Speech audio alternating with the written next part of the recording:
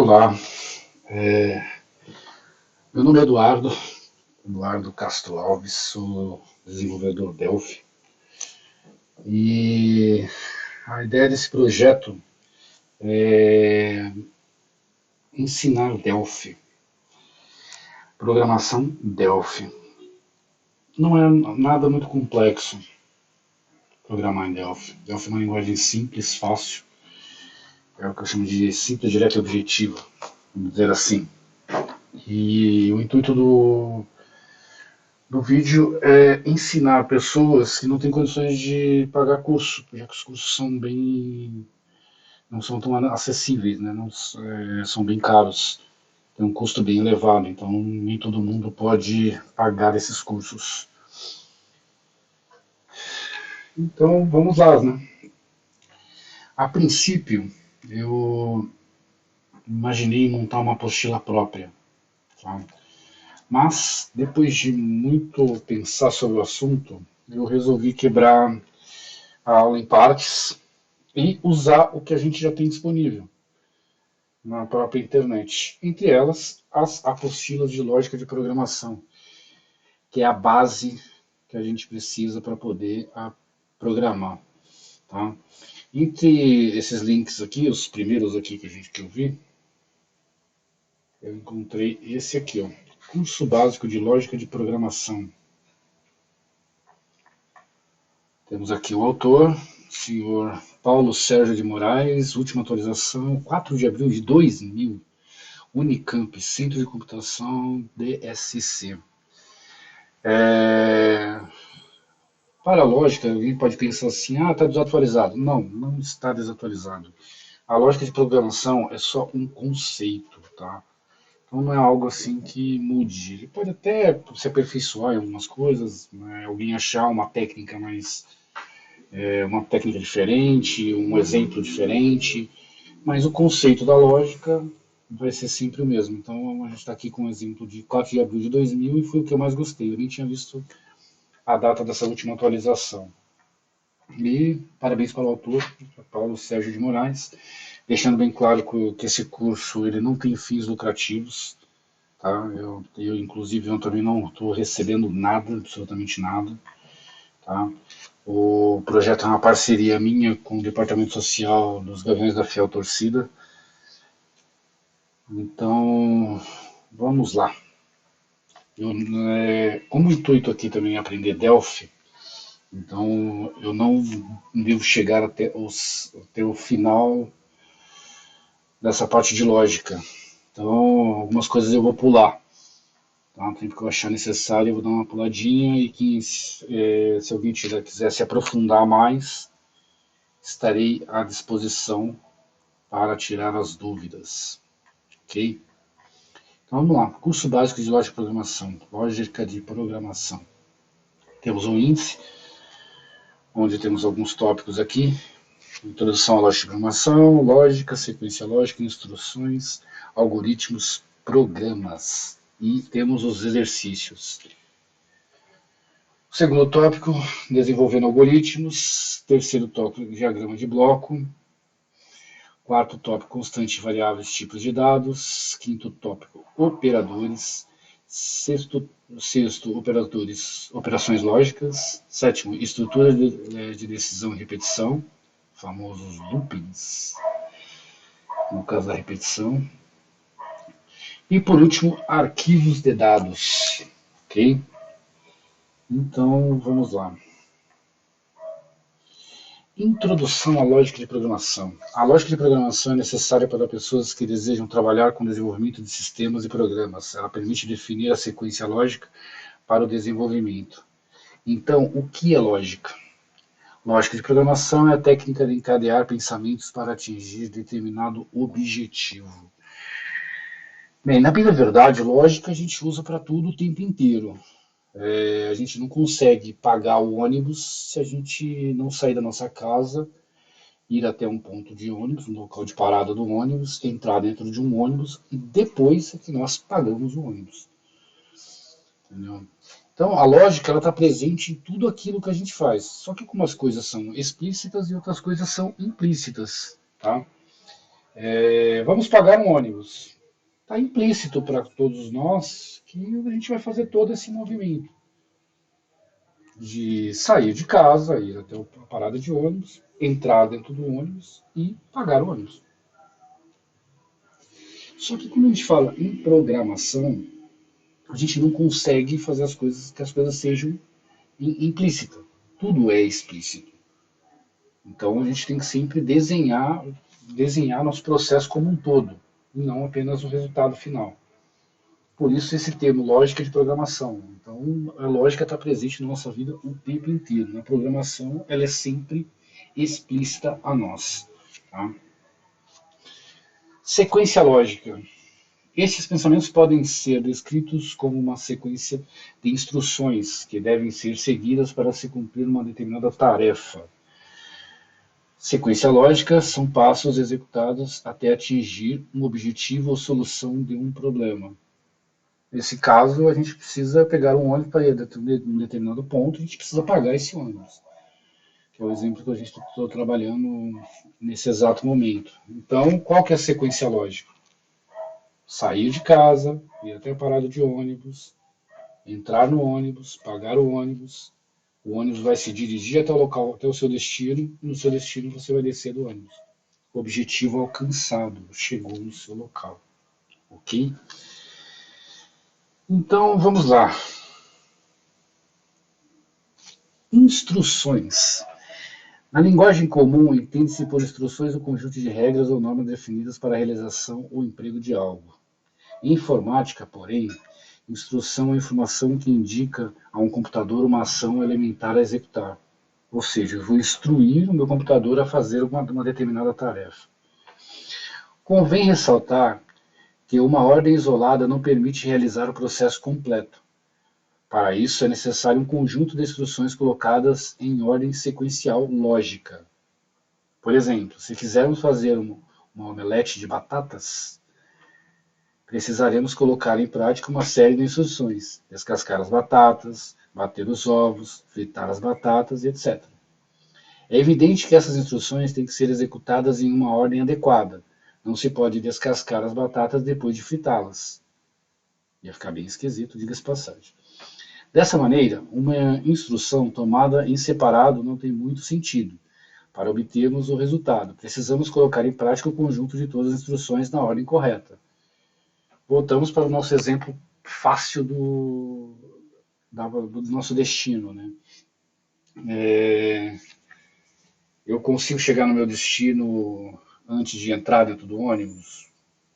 Não se eu não tiver um carro. Né?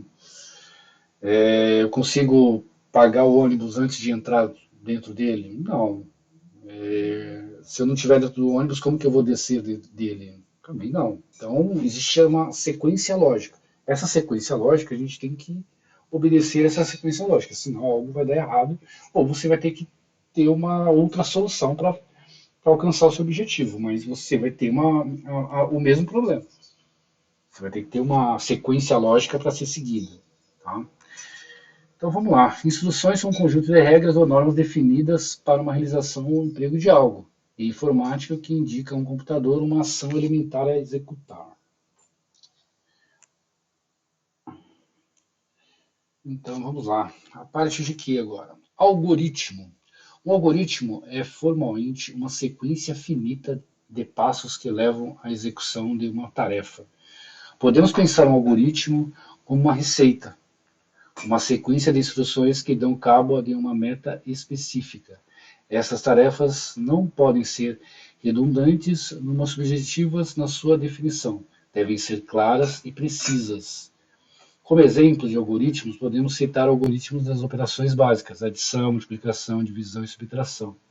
De números reais, decimais, outros exemplos seriam os manuais de aparelhos eletrônicos, como um videocassete, que explica o passo a passo como, por exemplo, gravar um vídeo.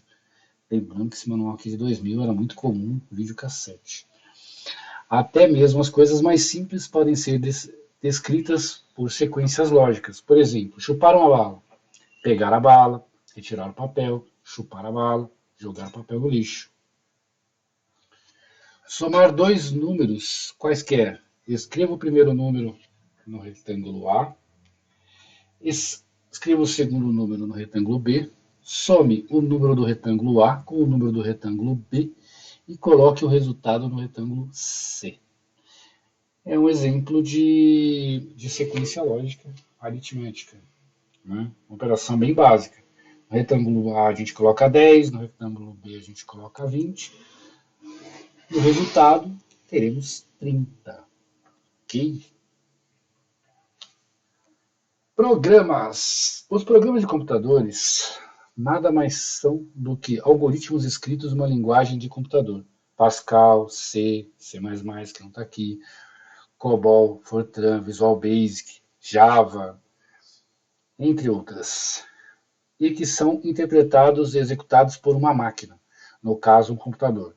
Notem que, dada esta interpretação rigorosa, um programa é, por natureza, muito específico e rígido em relação aos algoritmos da vida real. E agora nós temos nossa primeira sequência de exercícios. Os exercícios vão funcionar da seguinte maneira. Teremos aulas presenciais na quadra dos deveres da FIAL, onde as pessoas vão me trazer de volta esses exercícios, tá? Quem for fazer as aulas online, enviar por e-mail os exercícios. Um e-mail, como vocês podem ver, está nessa parte inferior, né, do vídeo, que é educastroa.br@gmail.com. Ok? Eu vou criar algumas pastas aqui com o nome de todos os alunos, com todos os exercícios que forem passados, todas as aulas, e vou validar essas aulas, ok? Mesmo com as aulas presenciais, algumas eu vou dar por videoconferência. Então eu não vou estar lá presente na quadra dos Gaviões, mas eu vou estar, vai ser aberta uma videoconferência, então eu vou passar as aulas e estarei recebendo, só que quem estiver lá automaticamente já me manda e na hora eu já vou verificar, vai ficar um pouco mais fácil. Quem estiver assistindo a aula no YouTube, me envia por e-mail, colocando, obviamente, como é o primeiro exercício. Vou pedir mais algumas informações, nome, RG, nome da mãe, nome do pai, data de nascimento, para ter um pequeno controle de quem está fazendo e até para poder emitir um certificado no final, ok? Então, vamos lá. Esse primeiro exercício, crie uma sequência lógica para tomar banho. Bem simplesinho. Segundo exercício, faça um algoritmo para somar dois números e multiplicar o resultado pelo primeiro número. Tá? Usando como exemplo aqueles quadrados que ele deu aqui em cima. Ok? Basicamente são esses dois exemplos aqui, fazendo exatamente duas tarefas diferentes. Ok? O terceiro exercício, descreva com detalhes a sequência lógica para trocar um pneu de um carro. Os apaixonados em dirigir vão fazer isso aqui facilmente. Tá? E carro não é moto. Então o exercício está pedindo de um carro. Quarto, faça um algoritmo para trocar uma lâmpada. Descreva com detalhes. Esse aqui vai ser bem legal também. E fim da primeira etapa, tá? Onde termina-se com esses 4 exercícios básicos aqui. E eu aguardo o retorno de vocês, ok? Dando sequência às aulas e a parte de lógica, vamos agora desenvolvendo algoritmos. Então aqui, o nosso amigo Paulo colocou aqui, ó, pseudocódigo. Os algoritmos são descritos em uma linguagem chamada pseudocódigo. Este nome é uma alusão à posterior implementação de uma linguagem de programação, ou seja, quando formos programar uma linguagem, por exemplo, Visual Basic, estaremos gerando código em Visual Basic. Por isso, os algoritmos são independentes das linguagens de programação, ao contrário de uma linguagem de programação. Não existe um formalismo rígido de como deve ser escrito o algoritmo. O algoritmo deve ser fácil de se interpretar e fácil de codificar, ou seja, ele deve ser o intermediário entre a linguagem falada e a linguagem de programação. Gente, essa daqui é uma coisa assim, básico do básico. É o que eu chamo assim de organização e método. Se você não fizer alguma coisa muito clara, se você não fizer alguma coisa que vocês vão escutar eu repetindo muito, simples, direta e objetiva, seu sistema vira uma concha de retalho, vira uma coisa assim absurda em todos os sentidos. Então, eu tive um diretor de uma empresa que eu trabalhei, gostei muito, de passagem, que foi a Mega Tour. Um dos diretores dele chama-se Marcelo Siqueira. E ele sempre me falava o seguinte, que quando a regra começa a ficar muito complexa, muito complicada, alguma coisa a gente está fazendo errado. Entendeu? Tudo aquilo que complicou demais, alguma coisa está errada. Quando a gente trabalha com lógica, ela tem que fluir, entendeu? Então cada passo tem que ser desenhado, tem que ser realizado, na verdade, corretamente, entendeu? A fluidez de sair de casa e chegar no seu trabalho.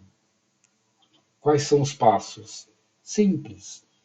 Acordar, escovar os dentes, tomar um banho, trocar de roupa, arrumar o que for necessário para levar para o seu ambiente de trabalho, arrumar sua mochila, bolsa, sair de casa, ir até o ponto de ônibus, entrar dentro do ônibus correto, pagar o ônibus, aguardar o seu ponto de destino, descer, ir até o seu local de trabalho e iniciar as suas atividades.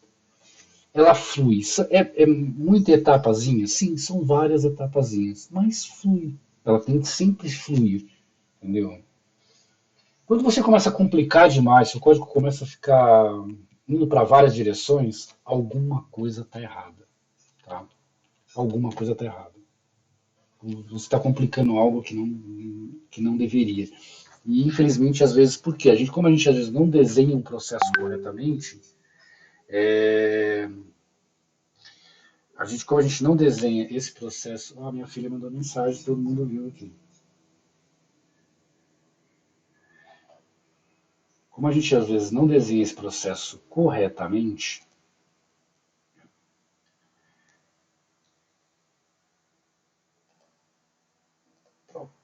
gente, não vou apagar esse vídeo não, só por causa da mensagem da minha linda filha Fernanda.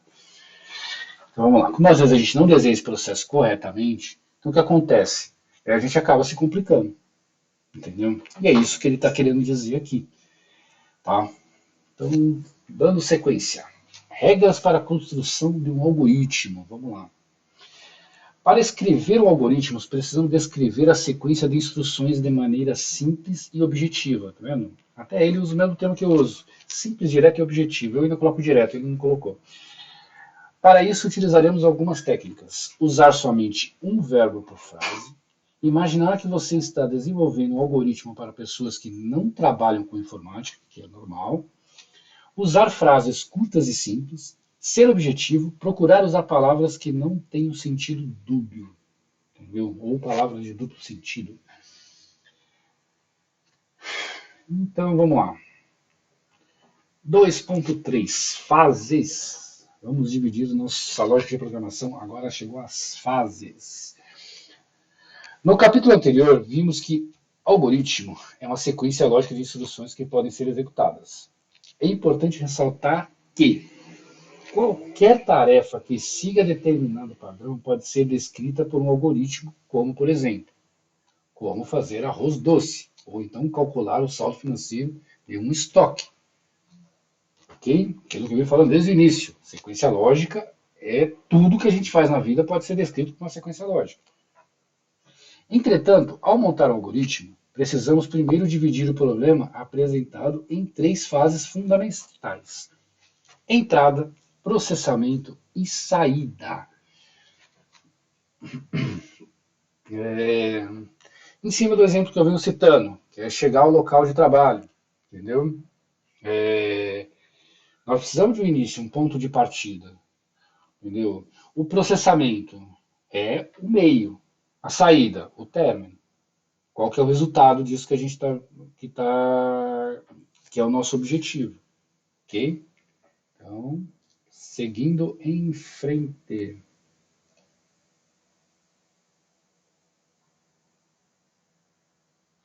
Vamos lá.